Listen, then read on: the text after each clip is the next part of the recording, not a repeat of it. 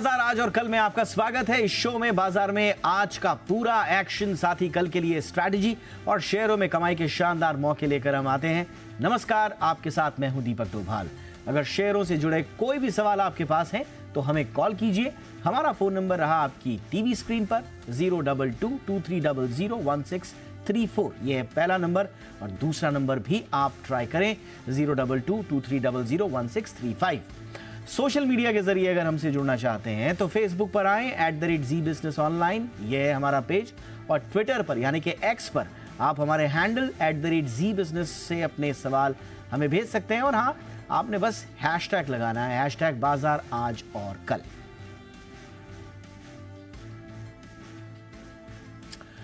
और मेरे साथ कल के लिए आपकी तैयारी कराने के लिए जी बिजनेस के मैनेजिंग एडिटर अनिल सिंह भी हैं। इसके अलावा मेरे साथ एक और खास मेहमान चुके हैं।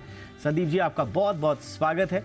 इसके अलावा मेरे साथ जी बिजनेस रिसर्च से मेरे सहयोगी भी जुड़ेंगे, लेकिन कल बाजार पर उसका असर भी हम समझने की कोशिश करेंगे। लेकिन सबसे पहले जरा बाजार में आज का कारोबार कैसा रहा ये देख लेते हैं। तो बाजार में गिरावट का सिलसिला आज भी जारी रहा। निफ्टी के मंथली एक्सपायरी के दिन बाजार भारी गिरावट के साथ बंद हुए। आज लगातार छठा सेशन रहा जब बाजार लाल निशान में बंद हुए। सेंसेक्स 900 अंक टूटा तो निफ्टी 250 अंकों से ज्यादा लुढ़का। बैंक निफ्टी भी 500 अंक फिसला। 6 दिनों में निफ्टी करीब 5.5% टूट चुका है। मिड कैप इंडेक्स भी करीब 7% फिसला है। आज निफ्टी ने 4 महीने का निचला स्तर छुआ। 3 दिनों में निवेशकों के करीब 14 लाख करोड़ रुपए स्वाहा हो गए। मिड कैप और स्मॉल कैप इंडेक्स 2 महीने के निचले स्तर पर पहुंच गया है।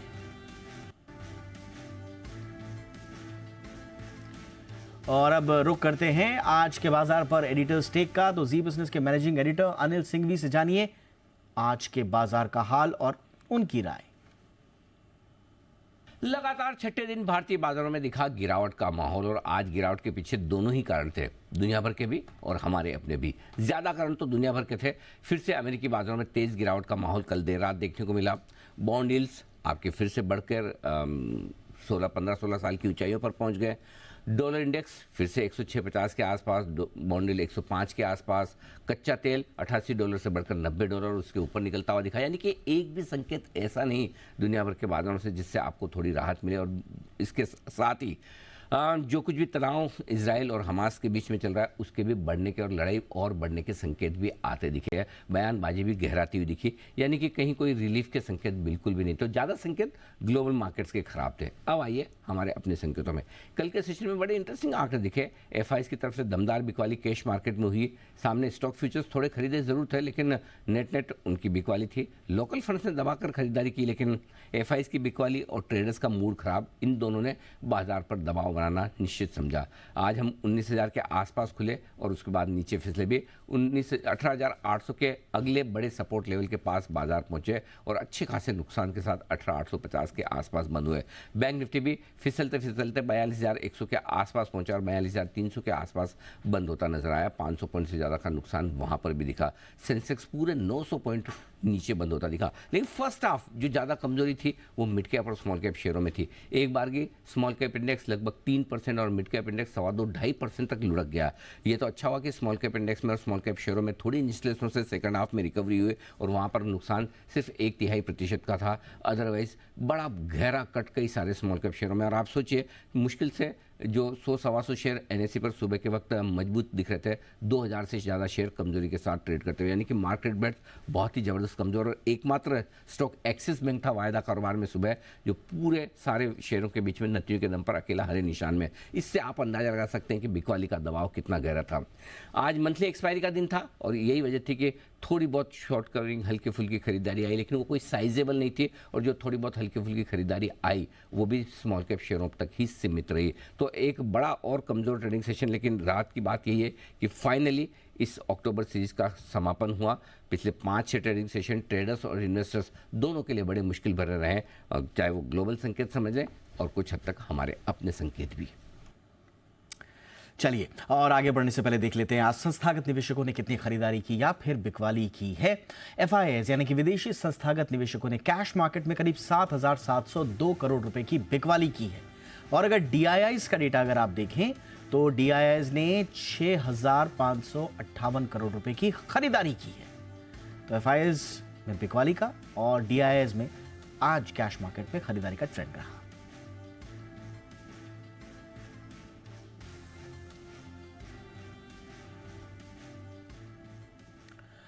और अब रुक करते हैं संदीप जी का। एक बार फिर से स्वागत है संदीप जी का। सबसे पहले मौजूदा स्थिति जो है मार्केट की, निवेशक स्वाभाविक रूप से चिंता में हैं।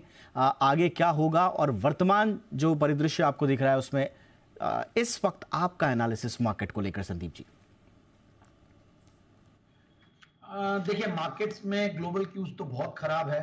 जैसा कि अभी अनिल जी ने भी कहा कि bond yields, dollar index, crude oil, कोई भी चीज ऐसी नहीं है जो मार्केट के हिसाब से अनुकूल हो। सो सर्टेनली देखिए, मार्केट्स करेक्ट होना लाजमी था और 6 कंटिन्यूअस सेशंस और फिर आज एक्सपायरी का दिन था। बट एक चीज है कि अब अक्टूबर की एक्सपायरी खत्म हुई, हो सकता है कल से फ्रेश डे है, कुछ नयापन दिखे। कुछ मतलब नयापन का मतलब है कि अब तो तेजी देखने के लिए तरस गई आंखें, वैसे वाली हालत है। इतनी वॉलेटिलिटी और इतना M2M लगा है लोगों का। तो बट एक चीज बहुत बढ़िया हुई, मतलब मार्केट के जो सेकेंड हाफ में मिड कैप स्मॉल कैप ने बढ़िया रिकवरी दी और ऑलमोस्ट स्मॉल कैप इंडेक्स तो ग्रीन में ही बंद होने वाला था, बट ऑलमोस्ट मतलब ठीक है, थोड़ा सा नेगेटिव हुआ, बट ओवरऑल चीजें वहां पे बेहतर हुई क्योंकि वहां पे तेजी भी बढ़ी आई थी। इस बार करेक्शन भी शार्प हुआ था ऑन मंडे। बट एनीवेज आज हैवी वेट्स भी काफी टूटे, सो मार्केट्स में करेक्शन तो चारों तरफ था। तो मेरे हिसाब से मार्केट में 18,800 18,900 ये एक रेंज है जहां पे मार्केट एक बार सपोर्ट लेने की कोशिश करेगा। देखते हैं कल क्या रहता है। बट मेरा ऐसा मानना है कि इतनी जल्दी 18,800 का जो लेवल है उसको एक बार नहीं तोड़ना चाहिए। बाकी हालांकि रह तो सिर्फ 57 पॉइंट ही गए हैं, it's very difficult to take a call out here, but फिर भी मुझे लगता है 18,800 एक अच्छा सपोर्ट की तरह काम करेगा। So let's see, finger crossed. But overall market में थोड़ा क्वालिटी के साथ रहें और अननेसेसरी लिवरेजिंग नहीं करें, अननेसेसरली एडवेंचरस नहीं हो। वो जो दिन थे जब आपको एडवेंचरस होना वो गए। अब एक तरीके से इलेक्शंस भी आगे आने वाले हैं, स्टेट इलेक्शंस, हमारे राजस्थान में भी इलेक्शन है। तो ओवरऑल काफी इलेक्शन के एक साल पहले अगर आप देखो, हर बार वो पर्टिकुलर ईयर काफी वॉलेटाइल और काफी वैसे रिस्क भरा होता है। सो एक टाइम करेक्शन भी देखने को मिल सकता है।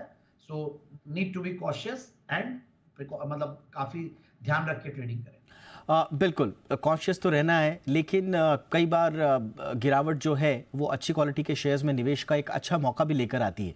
तो पोजिशनल नज़रिए से और लॉन्ग टर्म नज़रिए से हमारे दर्शकों को ये बताएं कि कहीं मौका है इस वक्त जहां पर आप सलाह देना चाहेंगे। नहीं, बिल्कुल आपने बहुत सही तरीके से क्वेश्चन को पुट किया है, आई मस्ट अप्रिशिएट। और ये अच्छा समय है, ऐसा नहीं है। और जैसा कि हम चैनल पे कह ही रहे हैं, अनिल जी भी कह रहे हैं और हम लोग भी ये बात को वापस से दोहरा रहे हैं कि 25% 20% एसआईपी में जरूर से, एसआईपी एक तरीके से 25-20% आपका जो माल लेना उसका एक शेयर आप अभी ले सकते हैं। तो वैसा समय आ गया है। तो मुझे ऐसा लगता है कि एक अच्छा स्टॉक जो मैं लाया हूं, इंफ्रा कंपनी है एनसीसी लिमिटेड, जो कि काफी चर्चित स्टॉक है, काफी बड़े इन्वेस्टर्स निवेशित भी रहे हैं, राकेश झुंझुनवाला जी भी रहे हुए हैं। तो ओवरऑल 145 पे क्लोजिंग हुई है, 154 160 का टारगेट और 140 का स्टॉप लॉस। सो पोजिशनल पिक के तौर पे एनसीसी।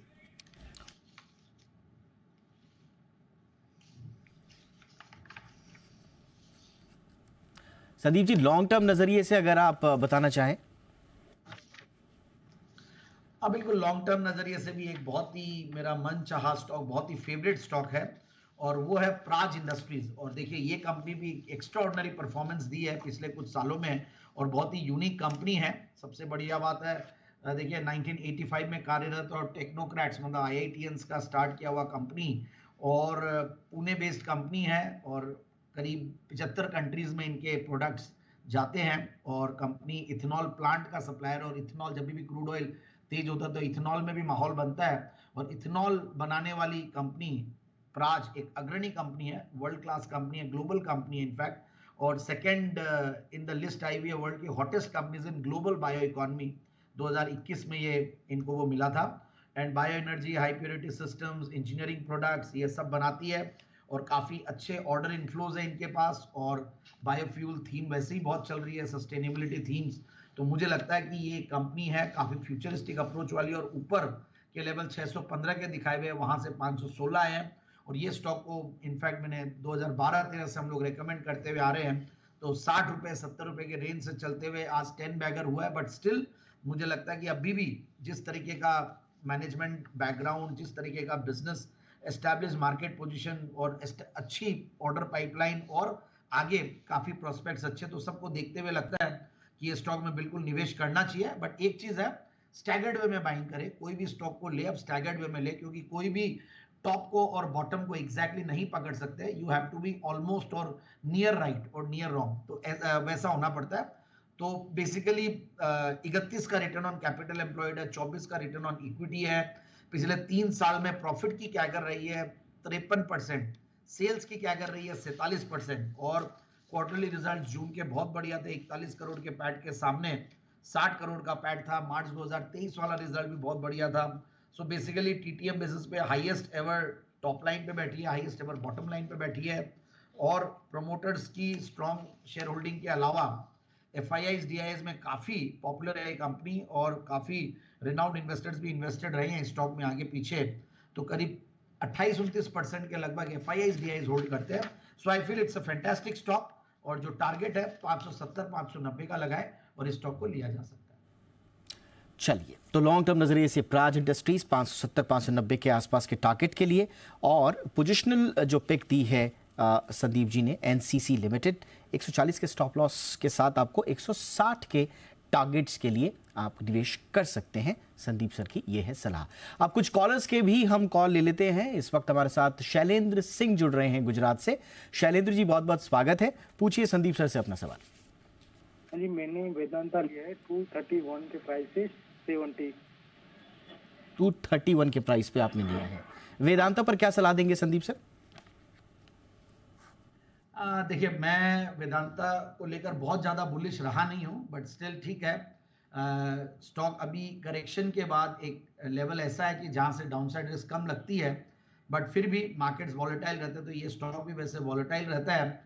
और देखिए, सारे कमोडिटीज़ में एक तरीके से कंपनी का एक्सपोजर है, मिनरल्स है, ऑयल एंड गैस है, मेटल्स है, ferrous metals, non ferrous metals, सब कुछ है। सो ओवरऑल मतलब वैल्यूएशंस के लिहाज से सस्ता है, करेक्ट हुआ है, बट अगेन डेट्स काफ़ी है, एक डीमर्जर की बात चल रही है, सारी चीज़ें हैं। तो मैं यही कहूँगा कि बस होल्ड करें, बाकी मैं फ्रेश खरीदारी की राय मैं नहीं दूंगा। चलिए, तो ये है शैलेंद्र जी के लिए सलाह, वेदांता पर होल्ड करने की सलाह, फ्रेश खरीदारी ना करें, ये सलाह। सुनील जी बिहार से इस वक्त हमारे साथ जुड़ रहे हैं। सुनील जी, बहुत बहुत स्वागत है। पूछिए संदीप जी से अपना सवाल। नमस्कार संदीप सर। नमस्कार सर, मेरे पास जेबीएम ऑटो के 50 शेयर है 1410 के भाव में, जिसको मैंने एवरेज करके 1370 तक उस प्राइस आया है। इस शेयर के लिए सर मुझे गाइडलाइन चाहिए कि आगे मुझे इसमें क्या करना चाहिए। सुनील जी, बहुत अच्छा आर्टिकुलेशन है आपका सुनील जी का, ये तो मानना पड़ेगा। बहुत अच्छे से सवाल भी पूछा उन्होंने। जी सुनील जी, संदीप जी बताइए सर, जेबीएम 1370 का एवरेज है इनका सर। देखिए, एक चीज तो माननी पड़ेगी कि ये स्टॉक पायनियर था, और ये ईवी मतलब मैन्युफैक्चरिंग में काफी आगे रहा, और इनकी काफी अच्छी मतलब जो इलेक्ट्रिक व्हीकल्स है, बसेस है, इन सब में लोग काफी अग्रणी रहे, चार्जिंग इंफ्रास्ट्रक्चर बना रहे हैं, 17 मैन्युफैक्चरिंग फैसिलिटीज है। कंपनी ग्रो बहुत फास्ट की है, इसमें कोई दो राय नहीं है। तो प्रोमोटर्स काफी एग्रेसिव रहे, बट मुझे संभाव कुछ चीजें थोड़ी डरावनी लगती है।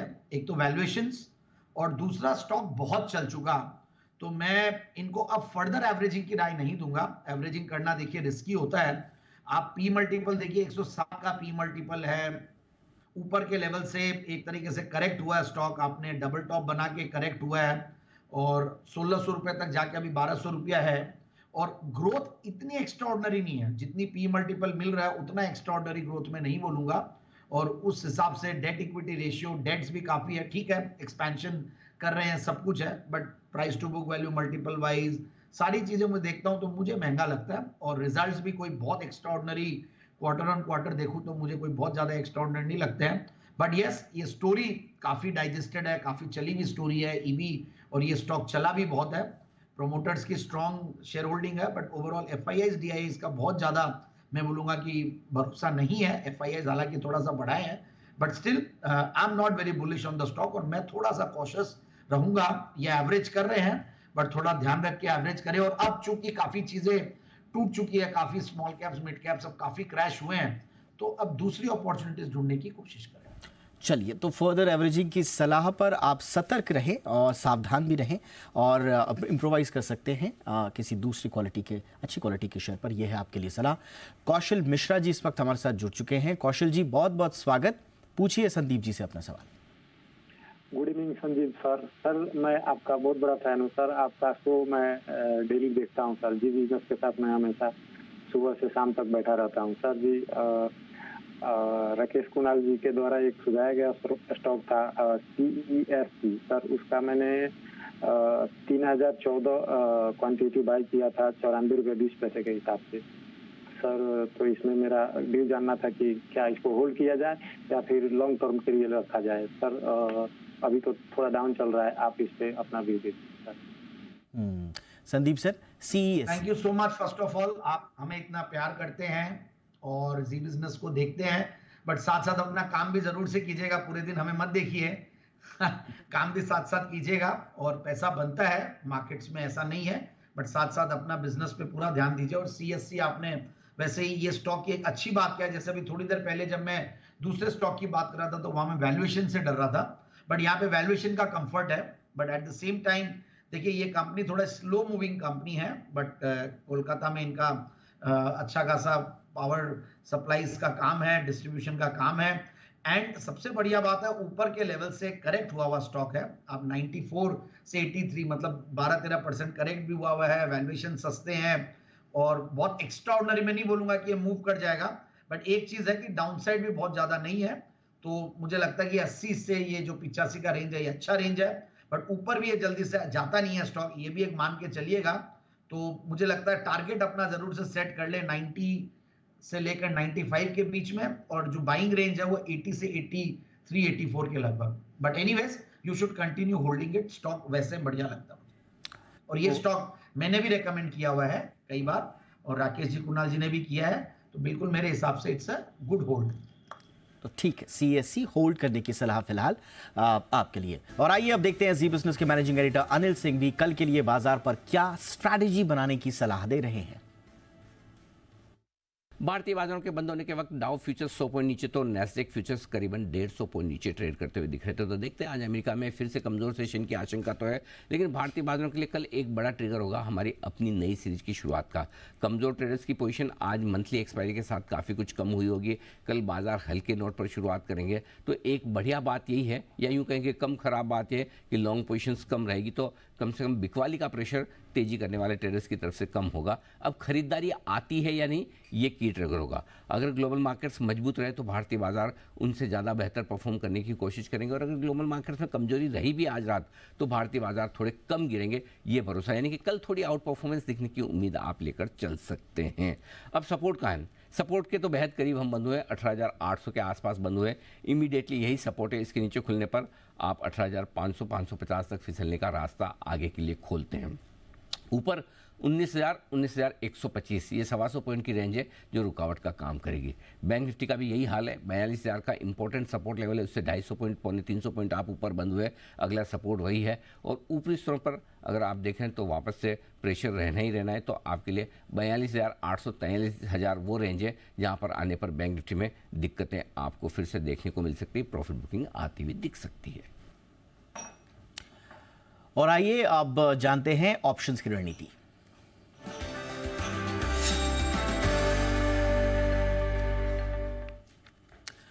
मोतीलाल ओसवाल से हमारे साथ चंदन तापड़िया जी जुड़ चुके हैं। चंदन जी, बहुत बहुत स्वागत है। सर बताएं, ऑप्शंस के जरिए कहां मौके बनेंगे?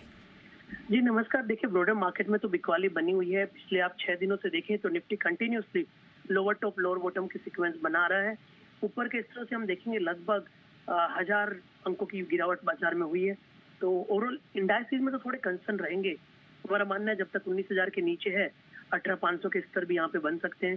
बैंक निफ्टी में भी उसी तरह दबाव है, तो उसी को ध्यान में रखते हुए हम मिक्स ट्रेड सेटअप की सलाह देंगे। खरीदारी में रहेगा टीवीएस मोटर। आप देखोगे टीवीएस मोटर एक स्ट्रॉन्गेस्ट सेटअप बना हुआ है। पिछले 5-6 दिनों के करेक्शन के बाद एक मेजर सपोर्ट से स्टॉक टर्न हुआ है। कंपैरेटिवली निफ्टी ऑटो यहाँ पे सपोर्ट कर रही है, तो टीवीएस मोटर की 1600 की कॉल लेने की सलाह रहेगी। 36 से 38 रुपए के बीच में ये कॉल ले। नीचे में लगभग ₹24 का सपोर्ट रहेगा और हमारा मानना है कि ऊपर ही में ये कॉल लगभग आपको 58 से 60 रुपए के टारगेट दिखा सकती है। तो पहला ट्रेड रहेगा टीवीएस मोटर का 1600 की स्ट्राइक का कॉल नवंबर सीरीज के लिए। तो दूसरा ट्रेड रहेगा यूपीएल की पुट में। यूपीएल और सेलेक्टिव फर्टिलाइजर केमिकल स्टॉक्स में लगातार वीकनेस है और यहाँ पे बिकवाली कंटिन्यू रहेगी। यूपीएल में शॉर्ट्स के बिल्टअप हुए हैं, शॉर्ट्स के रोल ओवर हुए हैं, तो यूपीएल में बिकवाली की सलाह रहेगी। 550 का पुट ले, 12 रुपए के आसपास ये पुट खरीदने की सलाह रहेगी। 8 रुपए का सपोर्ट और ये पुट आपको लगभग 18 से 20 रुपए के टारगेट दिखा सकता है। बहुत बहुत शुक्रिया। टीवीएस मोटर्स और यूपीएल, तो टीवीएस मोटर्स में 1600 की कॉल की सलाह, 36 से 38 के बीच में आपको कॉल लेनी है। 24 के सपोर्ट के साथ 58 से 60 के टारगेट आपको लेने हैं। और दूसरा यूपीएल पुट की सलाह 550 के आसपास, 12 के आसपास की खरीदारी, 8 के स्टॉप लॉस के साथ आपको लेना है। ये है ऑप्शन की स्ट्रैटेजी चंदन तापड़िया जी की ओर से। संदीप जी हमारे साथ बने हुए हैं। संदीप सर, अब इंट्राडे कॉल आपकी तरफ से सर। बिल्कुल, इंट्राडे कॉल के तौर पे लाया हूं एबीबी इंडिया, एक बेहतरीन क्वालिटी कंपनी, और 3956 पे बंद हुआ है। 4030 का टारगेट लगाए पहला, और दूसरा टारगेट 4050 और स्टॉप लॉस 3910। 3910 का स्टॉप लॉस लगाना आपको नहीं भूलना है। एबीबी इंडिया, ये है आपके लिए कल के लिए इंट्राडे कॉल संदीप जैन जी की ओर से। बहुत बहुत धन्यवाद संदीप सर, आपने बहुत सारे सवालों का जवाब दिया। धन्यवाद आपका इस तमाम विश्लेषण के लिए, बहुत बहुत शुक्रिया। इसी के साथ बाजार आज और कल में आज बस इतना ही। इजाजत दीजिए, लेकिन बने रहिए जी बिजनेस के साथ। नमस्कार।